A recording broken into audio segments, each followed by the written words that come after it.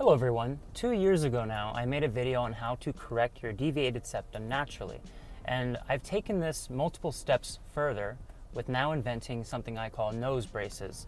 I haven't found anything like it on the internet, and if I had, I would have been the first to buy it. So I created something, and it's a creation that is fairly inexpensive. Like, I found all the materials for not super expensive. So I'd like to show you how I corrected my deviated septum more permanently, because the method I used in the past was to massage out the scar tissue, which is what causes a deviated septum, and over time that would help the nose straighten out. And while it does help it straighten out to some extent, the scar tissue doesn't ever technically go away. You can remove some of the adhesions of the scar tissue, reducing its effect on making a bend in your septum. However, once it heals back, your nose will go back to its original shape just a week or less later. So I came up with a more permanent solution, which was this. So yeah, I mean, that's pretty much it. I'll show you the different steps that I developed. It worked really well for me. I respond particularly well to scar tissue massage, keep that in mind.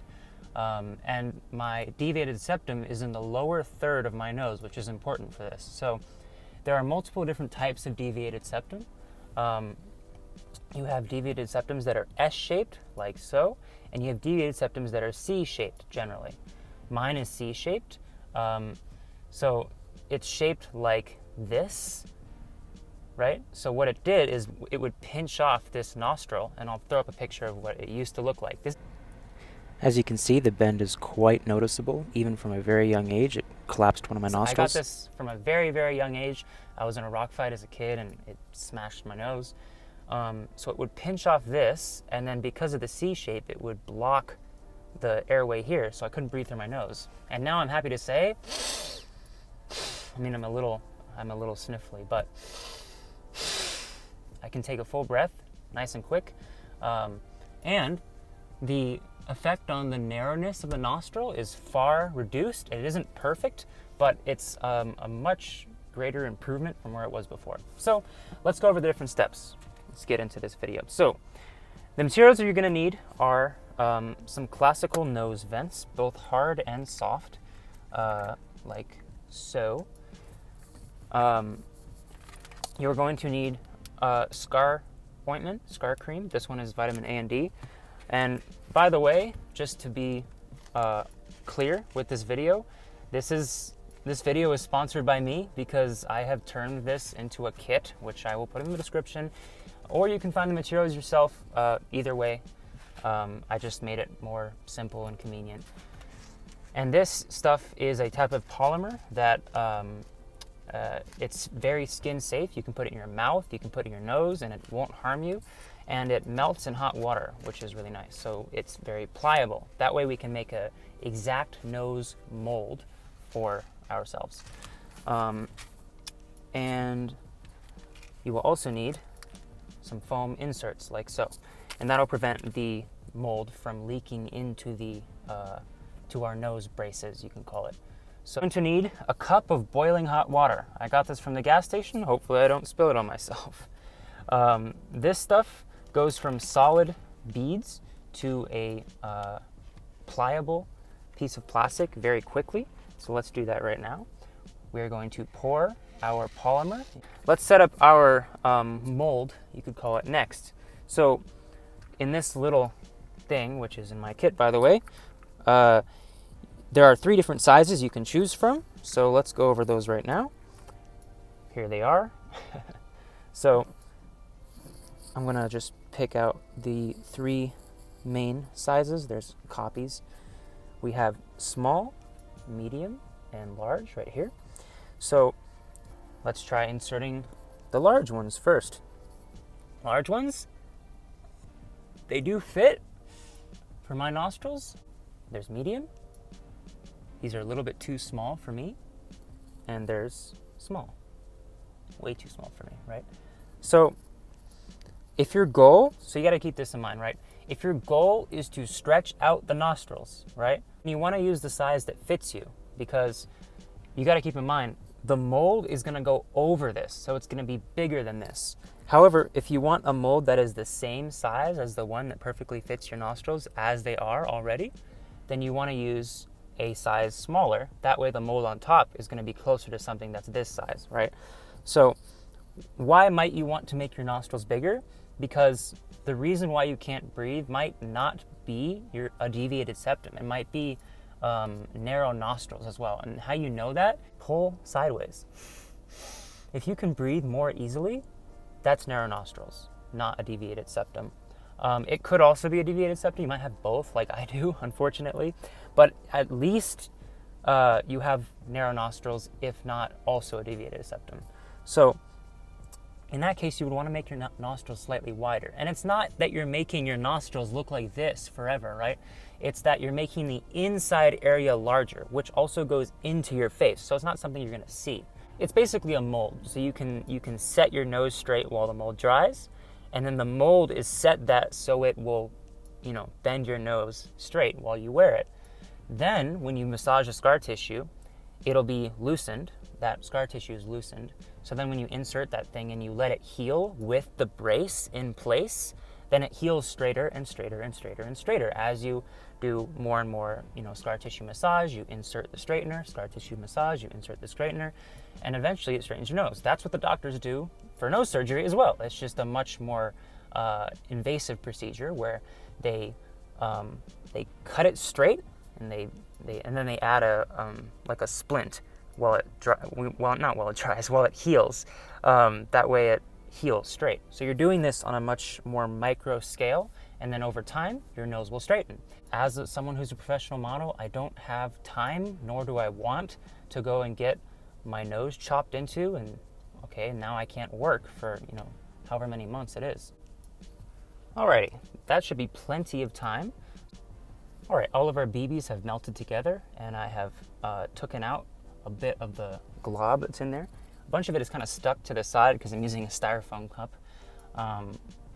So if you use like a paper cup, that should work a little better, but it works with styrofoam as well. So, goodness. So we have that ready and prepared to go. Step 2, you're going to find the silicone nose vent that corresponds with the same size so that they fit into each other nice and perfect.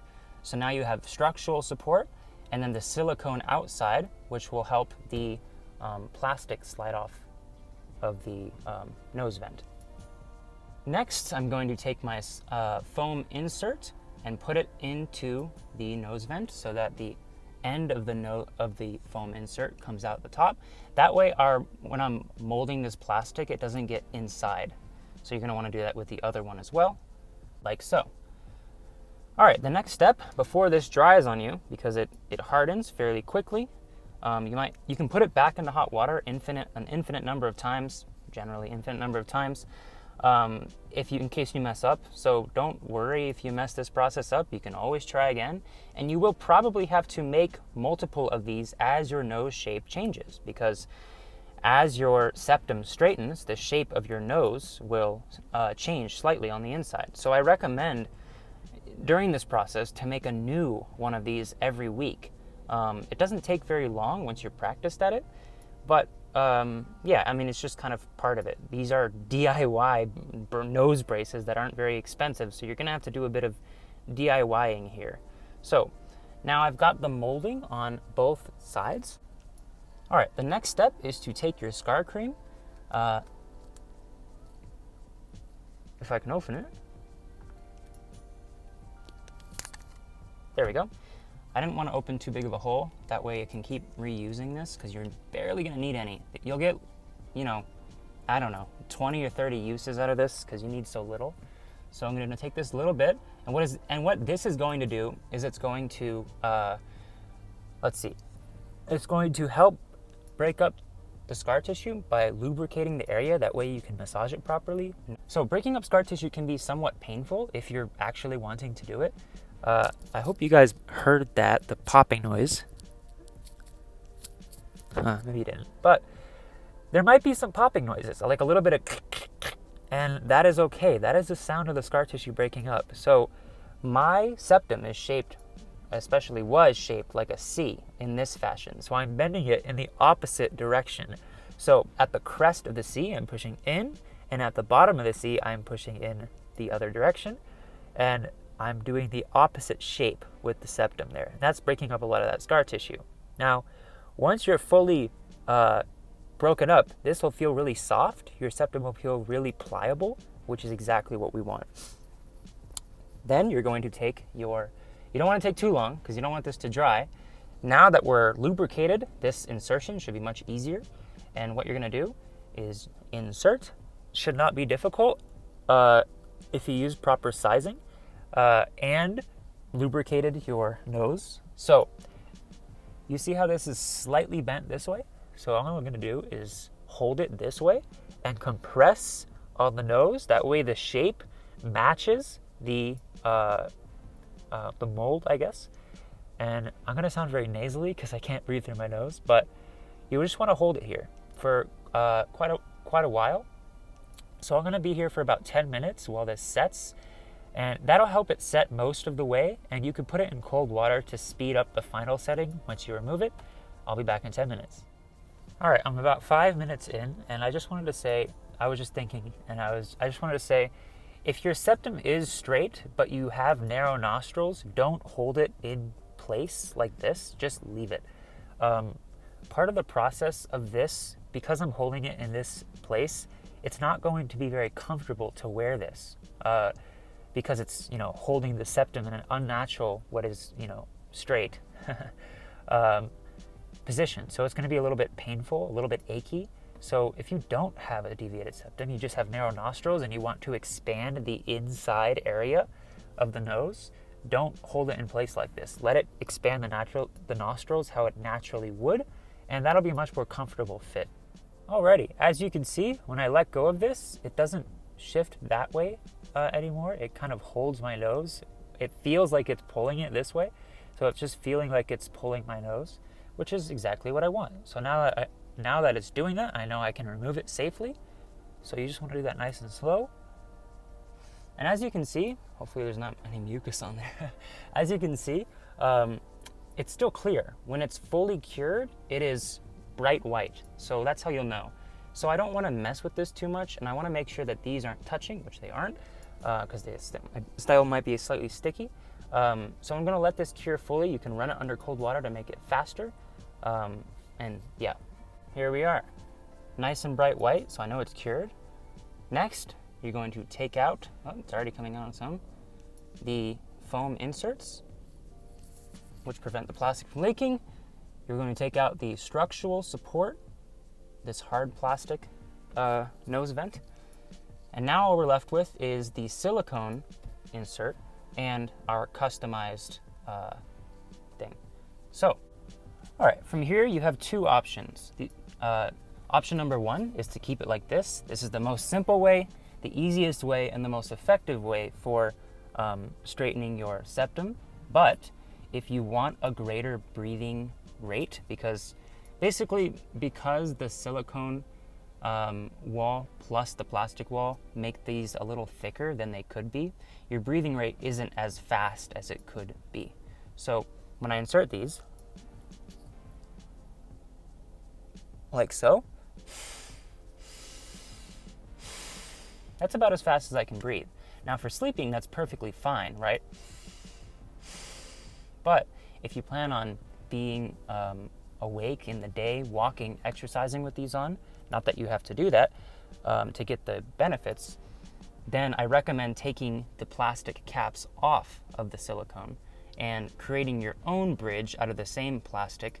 That way the size of these holes are bigger, that way, and you'll be able to breathe at a faster rate. So I'm not going to be making the silicone bridge in this video. I'm just going to insert them like so. I have to find the right positioning. Give me a moment. As you can see, the breathing rate is much faster.